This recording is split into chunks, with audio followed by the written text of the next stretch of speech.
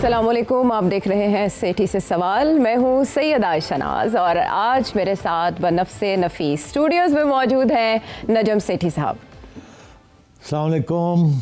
मरहबा मरहबा। मैं कह सकती थी गुड टू सी यू, लेकिन आज के टॉपिक्स की मुनासिबत से मैंने सोचा आपको मरहबा कहा जाए। इसका मतलब है कोई कंस्पिरेसी थ्योरी आ रही है कोई, है ना? कॉन्स्पिरेसी, उसमें क्वेश्चंस बहुत ज़्यादा हैं, लेकिन बात जो आपसे मंसूब है वो ये कि 3 माह तक तकरीबन इस बार आप वेकेशंस पे लंदन में क़याम पजीर हैं और जिस दिन आपने वापसी का इरादा किया वहाँ सफ़ेद फार्मों के मुजाहरे शुरू हो गए जी, यहाँ से इमिग्रेंट्स को धकेला जाए। फिर हमने देखा जरदारी साहब चीन के विजिट पे, नवाज शरीफ साहब उसी दिन लंदन, जिस दिन आप वापस आ रहे थे उसी दिन लंदन रवाना हो गया आफ्टर सो लॉन्ग चेकअप के लिए। फिर शहबाज शरीफ साहब और हमारे army chief field marshal already बैरून ममालिक विजिट पर हैं, मल्टीपल विजिट्स हैं उनके, और आपके आते साथ प्रेसिडेंट ट्रंप भी यूके पहुंच गए हैं और वहाँ पर जो उनका इस्तकबाल किया जा रहा है, किंग चार्ल्स जिस तरह उन्हें वेलकम कह रहे हैं, जो खाने खाए जा रहे हैं, रौनक लगी हुई है वहाँ पे आपके आते साथ ही। 3 महीने तक कुछ ना कुछ तो पकाया ही होगा। नहीं, अगर तो मैं वहाँ रह जाता जब मियाँ साहब वहाँ पहुँचे हैं तो फिर आप कह सकती थी कि कुछ पक रहा है। अच्छा। मगर मैं तो छोड़ के आ गया। आपने बंदोबस्त नहीं किया, मतलब वो क्या कहते हैं, कारपेट बिछाना, उसके लिए ज़मीन हमवार करना जो आगे होने जा रहा है? वो तो आज हम बैठ के डिस्कस करेंगे ना आगे क्या होने जा रहा है। हाँ, लेकिन लोग एक्सपेक्ट कर रहे थे कि आप रैम में स्टार्ट करेंगे। हमने तो कल आपकी रूनुमाई देखी, आप तो जो कहते हैं ना सर मंडाते ही ओले पड़े, या कहते हैं आसमान से गिरा खजूर में अटका। हमने आपको कल पीछे भी अचानक देखा। तो क्या हो गया? Out of nowhere. क्या हो गया ये तो हम आपसे पूछेंगे कि क्या हुआ था कि आपको रेस्क्यू करना पड़ा जाके। नहीं, ऐसी बात तो नहीं थी, किसी को रेस्क्यू तो नहीं करना पड़ा। बहरहाल बात करते हैं उसकी। हाँ, वो उस पर हम आपसे ज़रूर पूछेंगे क्योंकि सब जानना चाहते हैं कि हेडलाइंस कुछ बनी लेकिन पसे पर्दा कुछ और हुआ जो इंडियन मीडिया में छप रहा है। पसे पर्दा जो है मैं आपको बताऊंगा, कोई कोशिश मैं कर लूंगी, बाकी ट्राई कर लेना, ठीक है। हाँ, लेकिन मुल्क के वसीतर मफाद में कुछ ना कुछ चीज़ें तो आएंगी सामने। मुल्क के वसीतर मफाद में जो एक बहुत बड़ी डेवलपमेंट हुई है, हम उससे आगाज़ कर लेते हैं। सबको अंदाज़ा था कि दुनिया जो मल्टीपोलर होने जा रही है उसमें चाइना का क्या किरदार होगा। टैरिफ वॉर की वजह से डोनाल्ड ट्रंप जिस तरह चीन की तरफ सबको चीन के कैंप में धकेल रहे हैं, वो SCO कॉन्फ्रेंस में हमने देख लिया। आपने उसके ऊपर अपना एनालिसिस भी दे दिया। कतर पे जो अटैक किया इजराइल ने, उसके बाद अरब ममालिक में जो तशवीश थी, एंजाइटी थी, वो भी सबके सामने थी। लेकिन सबको लगा कि जो दोहा में एक समिट होने जा रहा है अरब इस्लामिक, उसका कोई रिजल्ट निकलेगा। उसमें जो भी इलामिया सामने आया, लोगों ने उस पर तशवीश का इजहार किया कि मुस्लिम ममालिक कुछ नहीं कर सकते, क्या इस्लामिक ब्लॉक बनेगा। ऑल ऑफ अ सडन कल का दिन पूरी दुनिया मुबारकबाद दे रही है नरेंद्र मोदी जी को उनकी सालगिरह पर, 75वीं सालगिरह पर। सब लोग हैरान हो रहे हैं कि दुनिया में ऐसे कभी किसी सरबराह ममलिकत के लिए नहीं किया गया। और उसी शाम एक ऐसी जौहरी तब्दीली होती है, पाकिस्तान और सऊदी अरब एक मुआहदा आपस में कर लेते हैं। एक तो ये कि इसकी बहुत सी डायमेंशंस हैं, स्ट्रेटेजिक है, डिफेंस है, इकोनॉमिक है, ग्लोबल है, जियोपॉलिटिकल है, सभी डायमेंशंस की तरफ मैं जाऊंगी। लेकिन मैं पहले आपसे ये जानना चाहूँगी कि इसकी टाइमिंग कितनी अहम है और क्या जो अटैक था कतर पे वो इसकी सीढ़ी बना? ठीक है, Aahista Aahista step by step चलते हैं। हाँ। ये पहला सवाल बड़ा रेलेवेंट है कि क्या इसके पीछे क्या है, क्यों ये टाइमिंग क्या है। तो इसमें तो कोई शक नहीं है कि जो कुछ हुआ जिसका आपने जिक्र किया है कतर के ऊपर जो है, जिसकी वजह से सारे इकट्ठे हो गए, और उसका सबसे बड़ा जो इम्पैक्ट था वो ये था कि ये सारे जो ममालिक हैं ये सारे अमेरिकन सिक्योरिटी अम्ब्रेला के नीचे हैं। सऊदी अरेबिया भी सारे हथियार और सारी ट्रेनिंग वगैरह अमेरिका करता है, कतर का भी यही हाल है, सबका यही हाल है। तो अब उन्होंने देखा कि अमेरिका को आप ट्रस्ट नहीं कर सकते। हाँ। क्योंकि इजराइल ने उसके बाद भी बहुत से अग्रेसिव किस्म के बयान दिए हैं कि जहाँ भी होगा अगर हमास के लोग होंगे, लीडर्स होंगे, तो हम हर जगह पे जाके मारेंगे उनको। तो वो तो बहुत आगे बढ़ रहे हैं और क्लियर हो गया कि अमेरिका बिल्कुल प्रोटेक्ट नहीं करेगा, किसी मुल्क को डिफेंड नहीं करेगा। जब इजराइल अटैक करेगा तो अमेरिका नहीं किसी को डिफेंड करेगा। तो फिर इन लोगों ने अमेरिकन अम्ब्रेला तो इसीलिए लिया हुआ था ना, तो एक अपने खिलाफ तो नहीं लिया हुआ था, उन्होंने तो इजराइल के खिलाफ लिया हुआ था ना। उनका ख्याल था सबसे ज़्यादा थ्रेट जो आ रही है उनको वो इजराइल से आ रही है। तो अब इनको समझ आ गई है कि अमेरिका जो है is a non reliable partner. वो ठीक है, उनके हथियार वो बेचता है, इनसे पैसे लेता है, अड्डे बना लिए हैं, सब कुछ ये वो। मगर अब पहली दफ़ा ये सोच उनकी बदली है कि इसको ट्रस्ट नहीं किया जा सकता। और इजराइल जो है वो पीछे नहीं हट रहा, वो आगे बढ़ रहा है जी। तो इसका मतलब है ये तो पहला खतरा है, आगे और भी बड़े गड़बड़ हो सकती है। तो हमें अब अपनी सिक्योरिटी का सोचना चाहिए। तो उस सिलसिले में पहले तो उन्होंने आपस में ये डिस्कशन की है कि हम एक दूसरे के साथ मिल के क्या कर सकते हैं। मेरा ख्याल है वहाँ बहुत से इख्तलाफात थे, बिकॉज OIC तो सिर्फ मिडल ईस्ट नहीं और भी बहुत से मुस्लिम ममालिक हैं, तो वो इकट्ठा होना बड़ा मुश्किल था। कोई लोग ऐसे हैं जो कि इसराइल की हिमायती हैं, कोई लोग ऐसे हैं जो कि इसराइल के ख़िलाफ़ हैं, कोई न्यूट्रल हैं, तो इसलिए कोई एक प्लेटफॉर्म नहीं मिला। मगर तो फिर इन्होंने ये सोचा, सऊदी अरेबिया ने और मेरा ख्याल है कतर ने और UAE वालों ने, कि हम कुछ अलहदा कुछ चीज़ सोचें अपनी। और उसमें ज़ाहिर है जो बात समझ आई वो यही समझ आई कि एक पाकिस्तान वहाँ पहुँचा हुआ था, उसको बुलाया हुआ था याद, तो ये पहुँचे हुए। तो Pakistan is the leading only nuclear power Muslim state, और पास नहीं है न्यूक्लियर वेपन। तो और सबसे इम्पॉर्टेंट बात ये कि पाकिस्तान की वो अहमियत पहले नहीं थी जो आज है। क्या हुआ, पहले क्यों नहीं थी? अब ये नज़र ये आया कि ओहो, ये तो बड़े लड़ाकू हैं, ये तो बड़ी ज़बरदस्त लड़ाई करते हैं, इन्होंने इंडिया की पिटाई कर दी, कमाल ही हो गया, ये तो हमने सोचा ही नहीं था। दुनिया सडनली इज़ वोकन अप कि यार पाकिस्तानी फ़ौज, पाकिस्तानी कौम इतने नर लोग ने, इतने लड़ते ने और ठीक ठाक लड़ते ने और उड़ा के रख देते ने। मतलब है कि आफ्टर इजराइल अब तो लोग कहते हैं इजरायली आर्मी क्या है, पाकिस्तानी आर्मी है जी। तो आपकी फ़ौज ने आपको कहाँ पहुँचा दिया है लोगों की नज़रों में, आपके मुल्क की इज़्ज़त और आपकी बेसिक स्ट्रेंथ। तो लोगों ने कहा यार दिस इज़ द सोल्यूशन। अच्छा, पहले ये था कि भाई वो कोई इंस्टीट्यूशनल अरेंजमेंट नहीं था, वो यही था कि जी मक्का शरीफ को डिफेंड करने के लिए वगैरह थोड़े बहुत सिक्योरिटी फोर्सेस थी इनके पास, ट्रेनिंग पुलिस और थोड़ी बहुत इंटरनल सिक्योरिटी।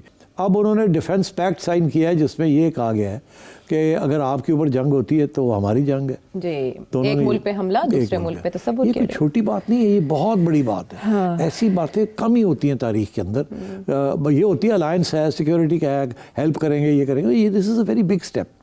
तो मैं समझता हूँ कि ये बड़ा सोच समझ के ये कदम उठाया गया और ये अनाउंसमेंट की गई। तो अब वो बिल्कुल उसकी वजह सिंपली ये है कि लोगों ने पहचान लिया है कि पाकिस्तान की फ़ौज के साथ क्लोज रहना, उनको अपने साथ रखना इज़ एन एडवांटेज। और अब दुनिया, इवन इजराइल, इसको रिकग्नाइज़ करेगा। अब हमारे अगर पाकिस्तान की फ़ौज हमारे साथ है और हमारी हिफाजत में साथ खड़ी होगी तो फिर कोई हमारे ऊपर हमला नहीं करेगा, बिकॉज देन हम तो खैर जो हैं हथियारवार हैं, हमें लड़ना वड़ना तो ख़ास नहीं आता, और ये जो हैं ये तो लड़ भी सकते हैं, हथियार भी हैं इनके पास और ठीक ठाक है, टैका भी है। और आखिरी बात ये कि इजराइल की जो डिफेंस स्ट्रेटजी है ये उसको बहुत बड़ा धक्का लगा है, और मैं अभी इसको फारग कर देता हूँ। वो ये धक्का ये लगा है कि इजराइल की डिफेंस स्ट्रेटजी के अंदर Israel is the only power in the middle east. उन्होंने न्यूक्लियर बम क्यों बनाया हुआ है?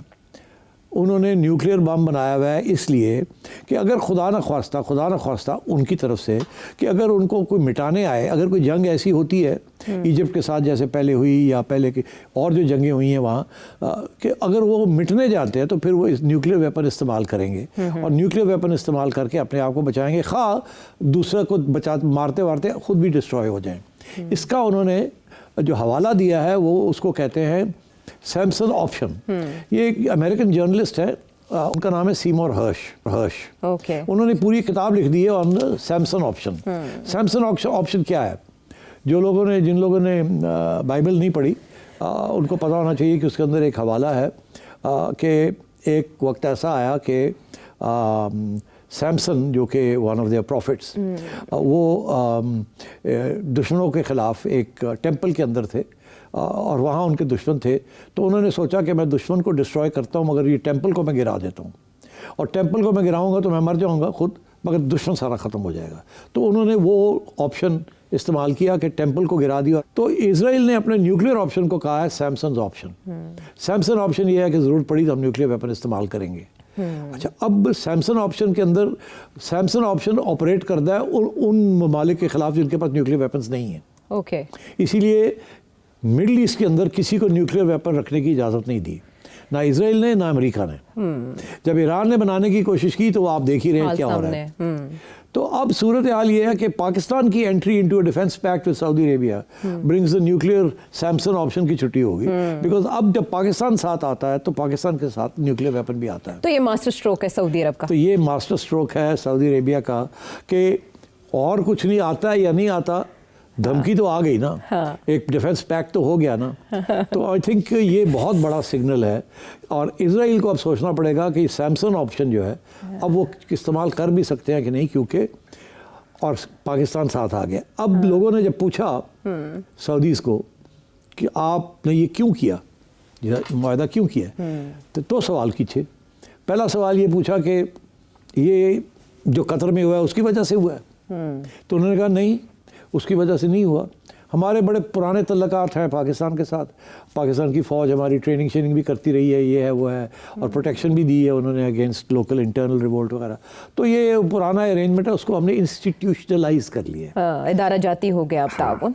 दूसरा उन्होंने उनसे पूछा गया कि इसका ये मतलब है कि किस किस्म की मिलिट्री एग्रीमेंट है, किसको कवर करती है। लोगों का सवाल ये था कि न्यूक्लियर कवर करती कि नहीं, उस तरफ जाएंगे हम। तो उन्होंने आगे से जवाब ये दिया है, it covers all military power.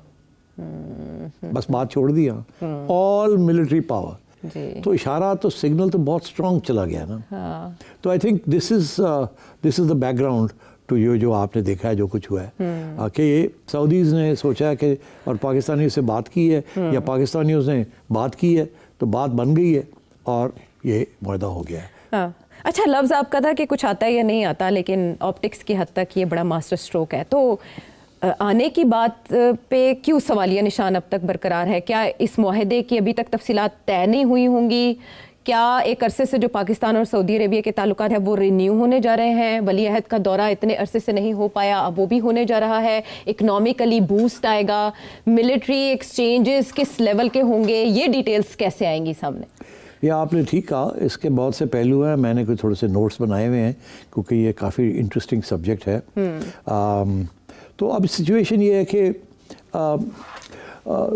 आपने कहा कुछ आता है या नहीं आता, क्या अभी भी इफ्स एंड बट्स हैं, कोई रुकावटें आ सकती हैं? देखिए, पहली बात तो ये है कि मैं आपको बता दूं कि ये डिफेंस पैक्ट जो है ना, ये कभी भी डिटेल में नहीं बताया जाएगा, ये सीक्रेट रखा जाएगा।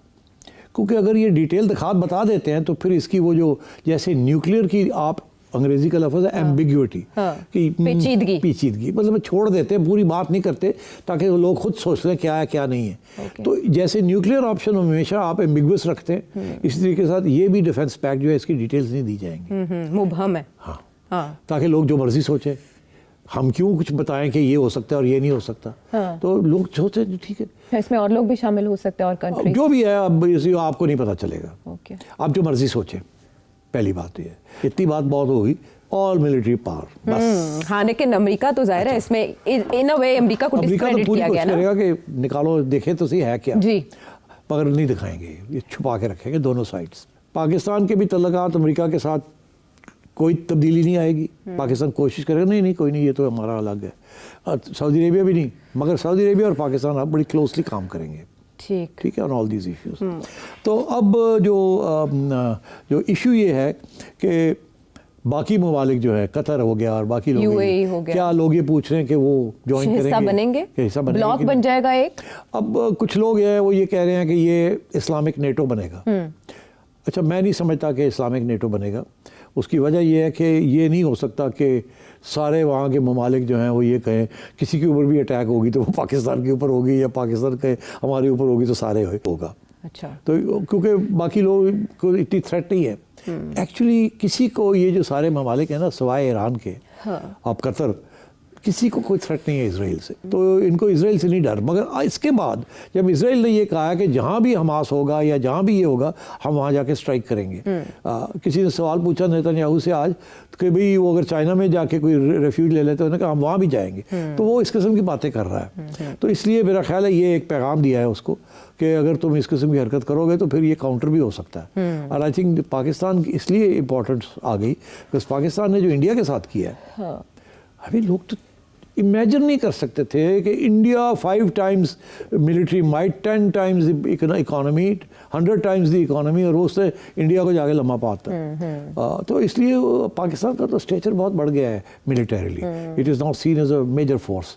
और आपके आर्मी चीफ जो हैं जाहिर है उनका स्टेचर तो बहुत बढ़ गया है। वो जा रहे हैं वाशिंगटन। हाँ जी, वो जा रहे हैं। और मोहसिन नकवी साहब भी पहुंच रहे हैं वाशिंगटन। अच्छा। और वहाँ सब उनको भी बताने जा रहे हैं कि हमारा पाकिस्तान और यूएस का जो इक्वेशन है उसके ये इसका कोई असर नहीं होगा उसके ऊपर, this is separate and that should not be affected. और अमेरिका जो है वो देखेगा ये हो क्या रहा है, और उधर इसराइल अमेरिका के ऊपर प्रेशर डालेगा कि पता करो ये क्या है क्या नहीं है। और वो भी टेस्ट करने की कोशिश करेगा कि ये किस किस्म का मुआहदा है, क्या कर सकते हैं क्या नहीं कर सकते।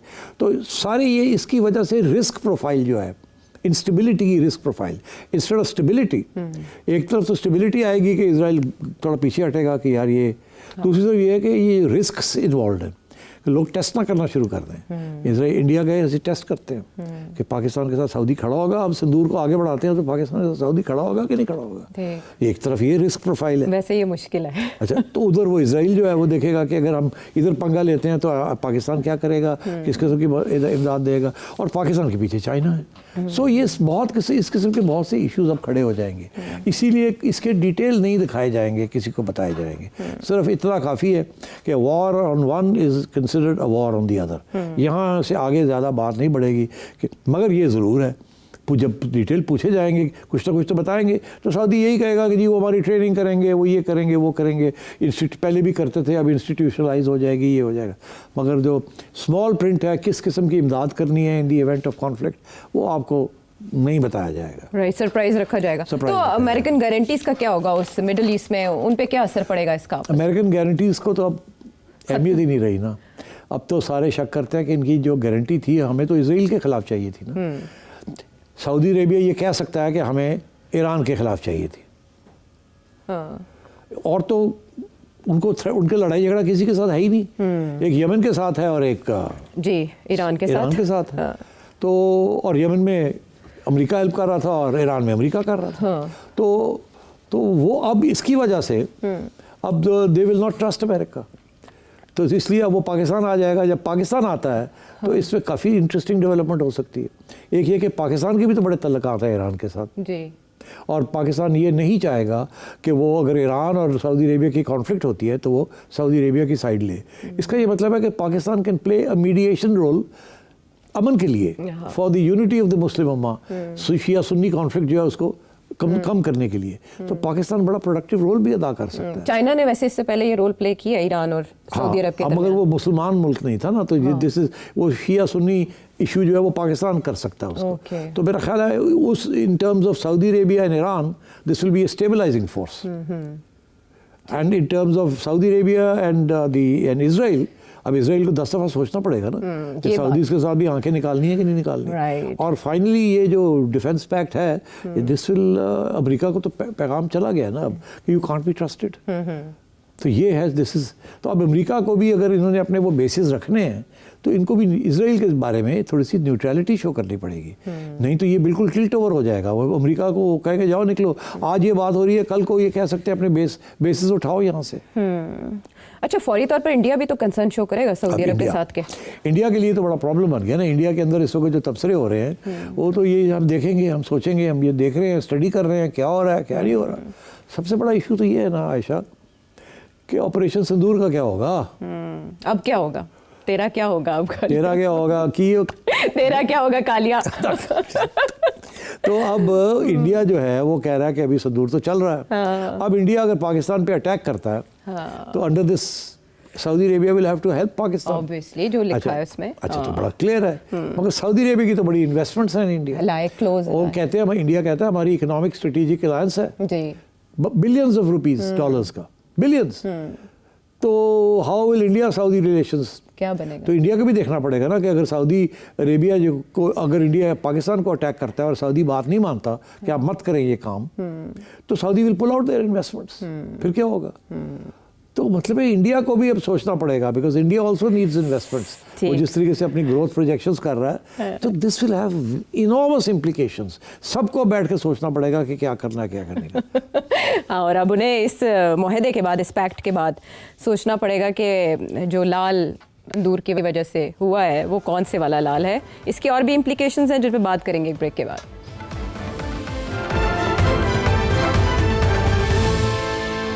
शो में साथ देने का शुक्रिया। इस माहदे में सऊदी अरब के लिए क्या है वो तो हमने डिस्कस किया, पाकिस्तान के लिए क्या है। एक अरसे से पीटीआई तनकीद का निशाना बना रही थी सिस्टम को, SIFC के ऊपर तनकीद की जा रही थी कि कोई इन्वेस्टमेंट्स नहीं आ रही, वली अहद का अभी तक विजिट नहीं हो सका। इस सिस्टम की ये सिफारती कार्ड की कामयाबी क्या शो करती है, क्या मैसेज है? ये तो पहला ही जब अनाउंसमेंट है ना 2 बिलियन की, ये पहले तो अनाउंसमेंट्स MOUs होते थे ना जी, इस दफा तो स्ट्रेट फॉरवर्ड इन्वेस्टमेंट ने कहा जी 2 बिलियन दे रहे हैं ऐसे। अब वो डिटेल नहीं मिली मगर वो देंगे अब आपको, वेदर इन वन फॉर्म और अनदर। अब सऊदी अरेबिया के इंटरेस्ट में है आपको स्ट्रॉन्ग करना, हाँ, और जब आपको स्ट्रॉन्ग करते हैं तो basically they are strengthening this regime. Okay, this तो आप जल्दी देख रहे हैं फिर विजिट्स जो आई आज थिंक तक यस, नहीं हुए? I think Salman will come. MBS जो है वो अब दौरा करेंगे पाकिस्तान का, जो कि उन्होंने पहले नहीं किया इसलिए बिकॉज वो नाराज़ थे इमरान खान से। आपको याद होगा कि नाराज़गी उनकी पाकिस्तान से इमरान खान के ज़रिए 2 दफ़ा हुई है। एक दफ़ा जब नवाज शरीफ प्राइम मिनिस्टर थे और यमन का मसला था, सऊदी अरेबिया ने नवाज शरीफ साहब को कहा कि हमें फ़ौज की ज़रूरत है आपकी, to help us against Yemen. बमबारी हो रही थी, जंग थी, छिड़ी भी थी बॉर्डर पे। तो इन्होंने मांगी, इन्होंने पार्लियामेंट के अंदर, इमरान खान पड़ गया इनको और कि हमने अपनी फ़ौजें नहीं देनी। वो फिर और MBS बहुत नाराज़ हो गए कि जब ज़रूरत थी तो आप नहीं आए।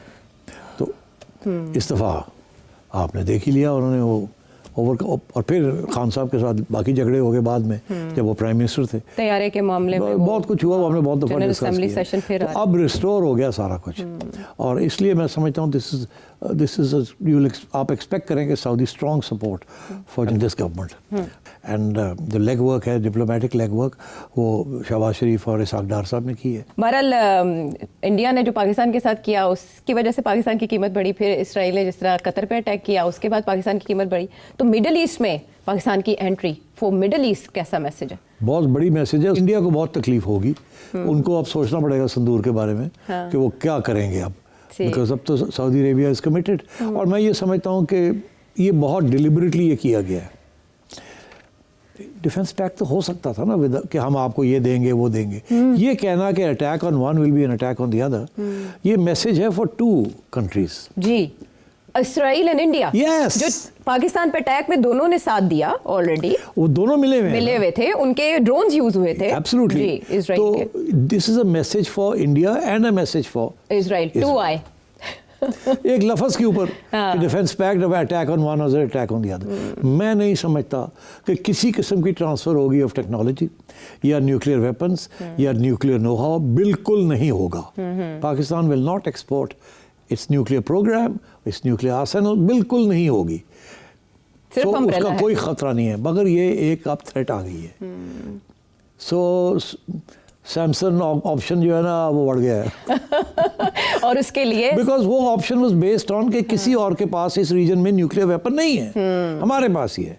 ठीक, जब ईरान ने कोशिश की तो उनको उड़ा के रख दिया। राइट, अब क्या करेंगे आप? हमारे पास not only do we have a weapon, हमने टेस्ट भी किया हुआ है, हमारे पास मिसाइल्स भी हैं, वॉरहेड्स भी हैं। सो गेम चेंजर साबित हुआ ये। और कतर पे जिस तरह अटैक किया इजराइल ने, उसके बाद जैसे ये मौका मिल गया और ये अपॉर्चुनिटी, इस क्राइसिस में अपॉर्चुनिटी सऊदी अरब ने ढूंढी। और उसके कितने पहलू हो सकते हैं, क्या असरात हो सकते हैं सारे खित्ते पर, ना सिर्फ ये कि खित्ते के तहादों पर भी किस तरह से असरअंदाज हो सकता है, ये आपने जाना। वापस आते हैं ब्रेक के बाद।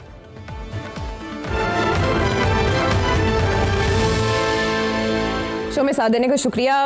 एशिया कप की बात करेंगे और छेड़ेंगे थोड़े से तार, कोशिश करेंगे कि आपसे हम राज जान सकें जो आप अभी तक अपने सीने में दबाए बैठे हैं, दोस्ती निभा रहे हैं, लेकिन आपने दोस्ती निभाई या कौमी मफाद में ये सब किया, वो तो आपसे जानेंगे। एक हफ्ता पहले जब इंडिया पाकिस्तान का मैच होना था तो सेठी साहब ने क्या वार्निंग दी थी?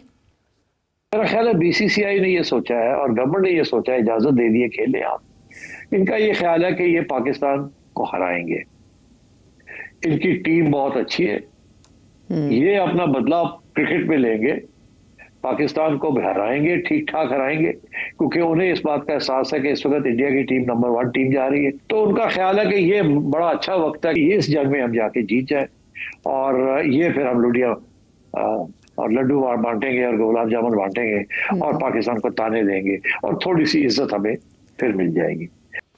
आपने सोच पहले ही बता दी थी कि भारत क्या करने जा रहा है, तो जब वार्निंग इस तरह की, बल्कि सभी के दिमागों में मौजूद होगा कि भारत का एक कप्तान का ये रवैया हो सकता है, तो उस हिसाब से तैयारी की जानी चाहिए थी, ऑफेंसिव डिफेंस अजीत डोवल साहब का मॉडल अप्लाई करना चाहिए था, लेकिन हमने ये ना देखा और उसके बाद एक बरतरफी मुअत्तली देखी उस्मान वाला साहब की, सफिशेंट नहीं थी। लेकिन उसके बाद ये जो धमकी रेफरी को चेंज करने की और उसके बाद उनके माफ़ी मांगने की खबरें जिस तरह से चली, अच्छा उस पर ना एक व्यूवर है हमारे डॉक्टर मोहसिन आयरलैंड एंड से उन्होंने जो सवाल भेजा, उन्होंने अपने सवाल में ही बोल दिया कि ये सवाल आप चला नहीं सकते। वो बड़े दिल बर्दाश्त हैं आपके वहाँ जाने पे।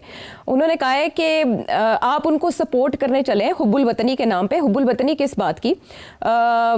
जब आप स्पोर्ट्स के बारे में सियासी फैसले करेंगे तो इसी तरह के नताइज आएंगे जिस तरह से सामने अब आया। क्रिकेट मैनेजमेंट एक्सपोज हो चुकी है 2-2.5 साल के अंदर कि पाकिस्तान का किसी क्लब क्रिकेट से भी मैच करा दिया जाए तो पाकिस्तानी टीम शायद उसमें भी फंस जाए।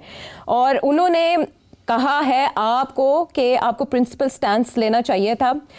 इंडिया ने बेशक घटिया हरकत की है, लेकिन पाकिस्तान को इस हद तक नहीं जाना चाहिए था, एक्सट्रीम पोजीशन नहीं लेनी चाहिए थी कि जिसके बाद ये वाला सिचुएशन डेवलप हो जाती जो हमने स्क्रीन्स पर देखी। आपको क्यों जाना पड़ा इस रेस्क्यू मिशन पर? भाई साहब, आपके साथ भी आयशा ने वही किया है, म्यूट कर दिया आपको, जो कि पीसीबी ने रेफरी को किया है एंडी को, कि उसने क्या कहा वो तो नहीं हमने सुना, मगर आपकी बात भी जो है ना वो पूरी नहीं सुनाई उन्होंने। मेरा ख्याल है आपने कोई थोड़ी बहुत गड़बड़ की होगी आपकी। और आपने, मैंने सुना आपने ये भी कहा कि ये आप चला भी नहीं सकते जो मैं कह रहा हूँ। अच्छा, तो बात तो मैंने समझ आ गई है कि ये आपने क्या कहा है। अच्छा, उसका जवाब बड़ा सीधा सा है। देखिए, आपके इख्तलाफात मोहसिन नकवी से होंगे, आपको दुख होगा जिस तरीके से क्रिकेट मिसमैनेज हुई है और जिस तरीके से क्रिकेट टीम की कारकर्दगी इतनी गंदी रही है और है अभी भी। दुख तो बहुत है, सबको गुस्सा भी है।